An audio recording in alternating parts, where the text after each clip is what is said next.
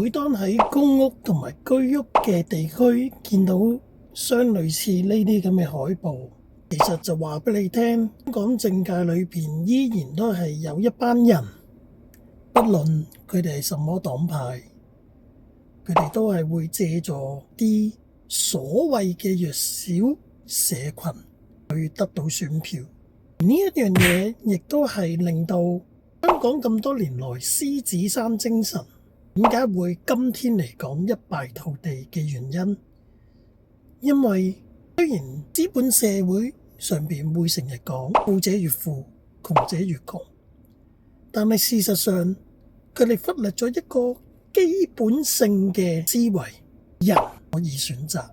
高興今日有 AI 嘅來臨，使到一啲躺平也發達嘅人，今天嚟講，因為 AI 已經取代咗一啲嘅工作，佢絕對不能夠繼續去躺平也發達。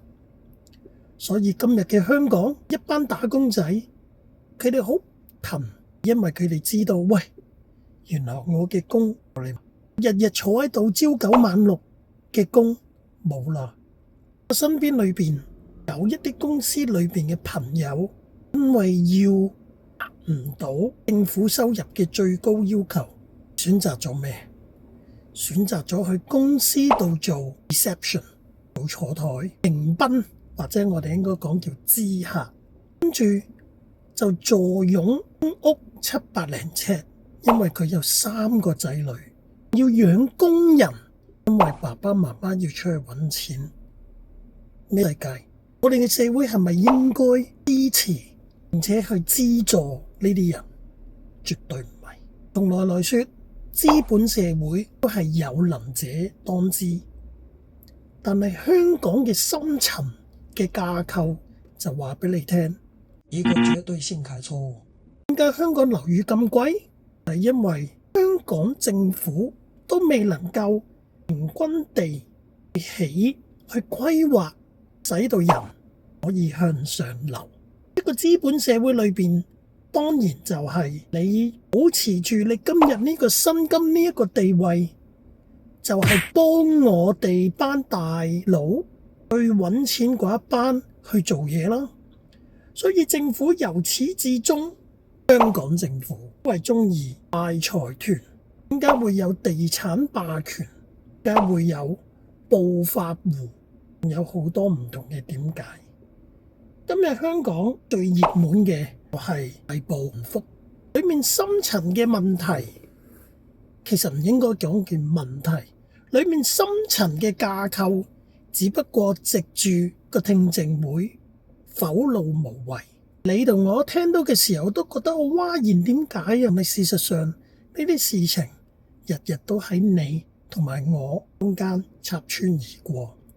比如冷氣機滴水，講咗20到30年，都仍然係周街滴水。有1823投訴，但係食環署只會同你講：我哋俾咗封信通知佢啦，做與唔做，我哋控制唔到噶噃，最多咪上庭咯。但是有幾個會上庭呢？點解啊？因為滴水位置喺邊啊？冇人知。